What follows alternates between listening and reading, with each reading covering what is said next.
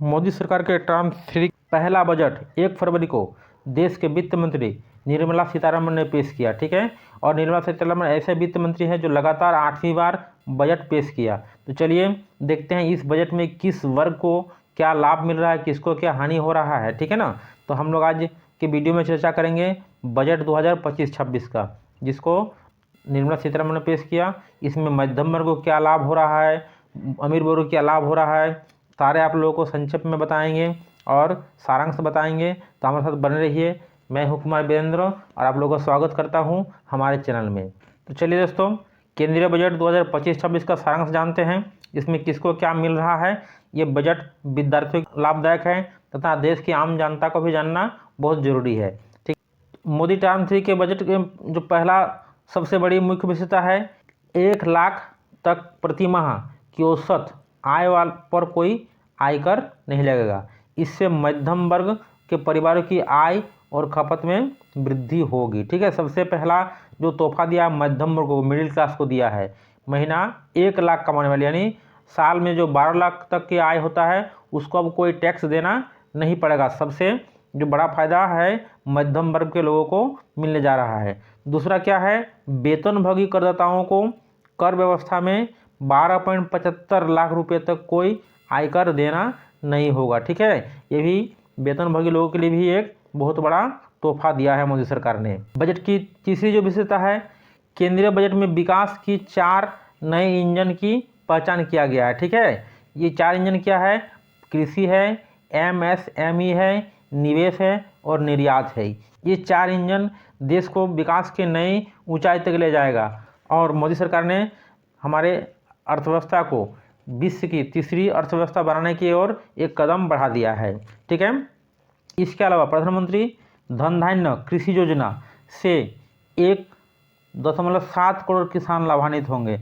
इसमें 100 निम्न उत्पादन वाले जिलों को शामिल किया जाएगा। ठीक है, नए जिलों को शामिल किया जाएगा। इसके अलावा क्या है, दाल के मामले में आत्मनिर्भर बनने के लिए एक मिशन शुरू किया है, जिसमें अरहर, उड़द, मसूर पर विशेष ध्यान देते हुए एक मिशन शुरू किया है। चलिए जानते हैं अगला विशेषता, संशोधित ब्याज योजना के तहत KCC के माध्यम से 5 लाख तक का लोन दिया जाएगा। ठीक है, पहले KCC के माध्यम से 3 लाख तक का लोन दिया था, अब इसको बढ़ा करके 5 लाख कर दिया है। ठीक है, वित्त वर्ष 25 में राजकोषीय घाटा 4.8% रहने की अनुमान है और इसे वर्ष 26 में, ठीक है, वर्ष 2026 में 4.4% तक करने का लक्ष्य है। तो यह बहुत बड़ा एक लक्ष्य निर्धारित किया गया है।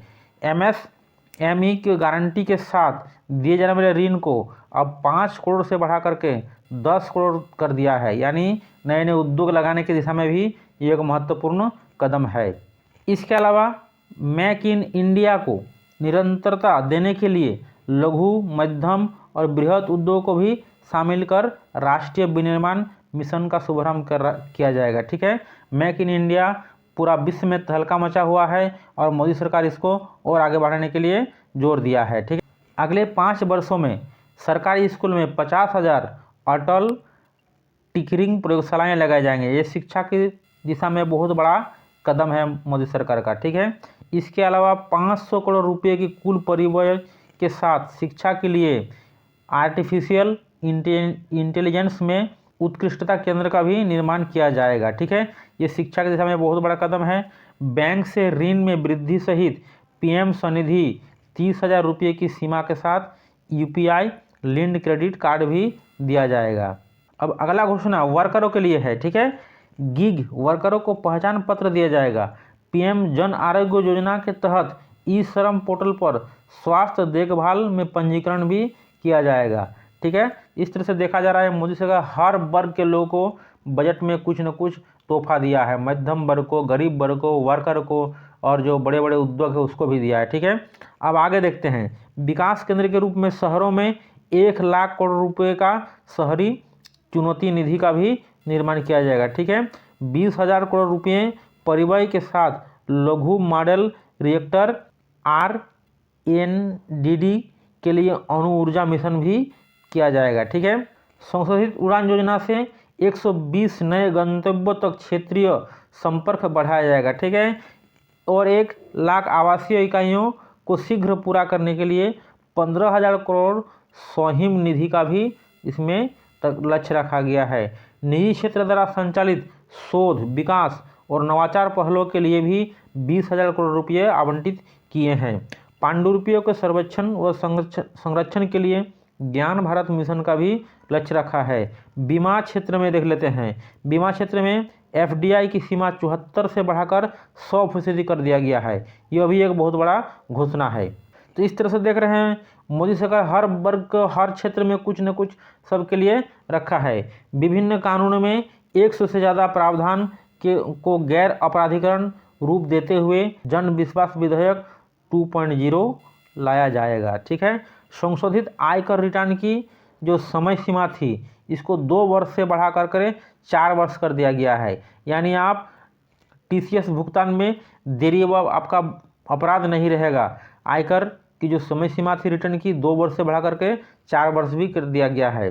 किराया पर TTS 2.4 लाख रुपये से बढ़ा करके 6 लाख रुपये कर दिया गया है। साथ ही दोस्तों कैंसर, असाधारण रोग और अन्य गंभीर जीर्ण रोगों के उपचार के लिए 36 जीवन रक्षक औषधियों को बुनियादी सीमा शुल्क यानी BCD से छूट दिया। इसके अलावा क्या है, IFPD पर BCD को बढ़ा करके 20% किया गया है। यानी ओपन सेल्स पर BCD 5% कमी किया गया है। ठीक है। इससे बहुत सारे वस्तुओं के दाम घटेंगे, खास करके मोबाइल के, LCD टीवी के, LED टीवी के दाम भारी कमी होने की संभावना है। घरेलू विनिर्माण को प्रोत्साहन देने के लिए कुछ ओपन सेल्स BCD में भी छूट दिया गया है। अब अगला खुशखबरी है इलेक्ट्रिक व्हीकल के लिए, है ना। बैटरी उत्पादन को बढ़ावा देने के लिए विद्युतीय वाहन और मोबाइल बैटरी उत्पादन के लिए अतिरिक्त पूंजीगत वस्तु में छूट दिया गया है। यानी लिथियम में भारी छूट दिया गया है। जहाज निर्माण में प्रयोग होने वाले जो कच्चा सामग्री है और घटकों पर भी 10 साल के लिए BCD में छूट दिया गया है। तो ये भी एक बहुत बड़ा कदम है। फ्रोजन फिश पोस्ट पर भी BCD को 30% से घटा करके 5% कर दिया गया है। यानी फिश हाइड्रोलिसिस पर 15% से घटाकर 5% कर दिया गया है। इस तरह से हर वर्ग को, हर क्षेत्र में मोदी सरकार बल्ले बल्ले करने की कोशिश किया है और हमारे जो अर्थव्यवस्था है उसको विश्व की तीसरी सबसे बड़ी अर्थव्यवस्था बनाने की दिशा में यह एक बहुत बड़ा कदम है। अब हम लोग जानेंगे कि किस क्षेत्र में कितना खर्च कर रहे हैं, कितना पैसा कहाँ से आ रहा है, कितना पैसा कहाँ खर्च हो रहा है। ठीक है। तो चलिए हमारे साथ बन रहिए दोस्तों। जैसे कि मैंने बताएं, मोदी सरकार ने विकास के लिए 4 इंजन का पहचान किया है। ठीक है।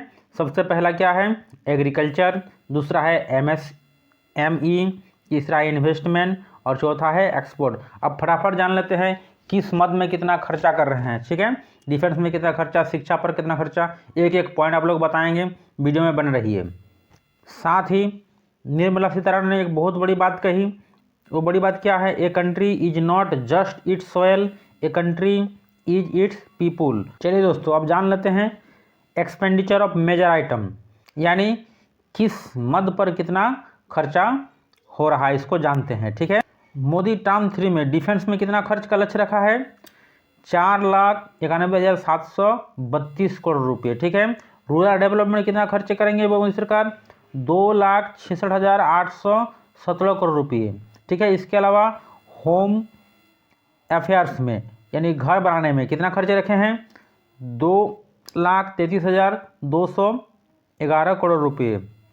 एग्रीकल्चर एंड एलाइड एक्टिविटीज़ में कितना खर्च कर रहे हैं, 1,71,437 करोड़ रुपये। एजुकेशन में कितना खर्च कर रहे हैं, 1,28,650 करोड़ रुपये। ये एक बहुत बड़ा बजट का हिस्सा है। हेल्थ में 98,311 करोड़ रुपये। ठीक है। अर्बन डेवलपमेंट में 96,777 करोड़ रुपये।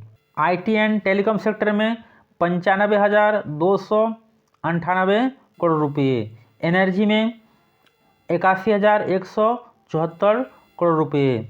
कॉमर्स एंड इंडस्ट्री में 65,553 करोड़ रुपये खर्च होने की अनुमान है। इसके अलावा सोशल वेलफेयर में यानी सामाजिक जो लाभ देते हैं लोगों को सामाजिक कल्याण के लिए 60,052 करोड़ रुपये और साइंटिफिक डेवलपमेंट में 55,679 करोड़ रुपये खर्च करने का अनुमान है। तो इस तरह से देखते हैं यह एक बहुत बड़ी बजट है। देश की अर्थव्यवस्था को विश्व का तीसरे सबसे बड़ी अर्थव्यवस्था बनने की दिशा में बहुत हम लोग आगे कदम रखे हैं। एक नापतली बजट पेश किया है और हमारे जो अर्थव्यवस्था है इसको विश्व के तीसरे नंबर पर लाने के लिए बहुत प्रयास किया गया है। इस बजट में इसमें सभी वर्ग के लोगों को लाभ दिया गया है। जान लेते हैं फटाफट कि किस मद से कितना पैसा इनकम आने की संभावना है मोदी सरकार को। ठीक है, इसमें सबसे पहले इनकम टैक्स से 22% पैसा प्राप्त होने की अनुमान है। इसके अलावा ब्रोइंग एंड अदर लायबिलिटीज से 24% प्राप्त होने की अनुमान है। इसके अलावा क्या है और यूनियन एक्सरसाइज ड्यूटी से 5% अनुमान है। फिर जीएसटी और अदर टैक्सेस से 18%। ठीक है, फिर कॉर्पोरेट टैक्स से 17%। इसके अलावा नॉन टैक्स रिसीव है 9%। फिर है क्या कस्टम ड्यूटी से 4% और नॉन डेब्ट कैपिटल रिसिप्ट 1% रहने की अनुमान है। अब फटाफट देख लेते हैं रुपीज गोज टू यानी किस मद में कितना खर्चा होने की संभावना है। ठीक है, तो सबसे पहले क्या पेंशन में कितना जाएंगे 4%। ठीक है, इसके अलावा क्या है इंटरेस्ट पेमेंट में कितना जाएंगे 20% होने की खर्चा है अनुमान। ठीक है, इसके अलावा और क्या है अदर एक्सपेंडिचर में 8%। फिर है सेंट्रलिटी इस फंड्स स्कीम में 8%। फिर है finance commission and other transfer में 8%। सेंट्रल सेक्टर में 16% है। State share of taxes and duties में 22% है। डिफेंस में 8% खर्चे होंगे और मेजर सब्सिडीज में 6% खर्चा होने की अनुमान है। इस तरह से हमने आपको पाई चार्ट के माध्यम से बताएं कि किस मद में कितना पैसा आएंगे और किस मद में कितना पैसा जाएंगे।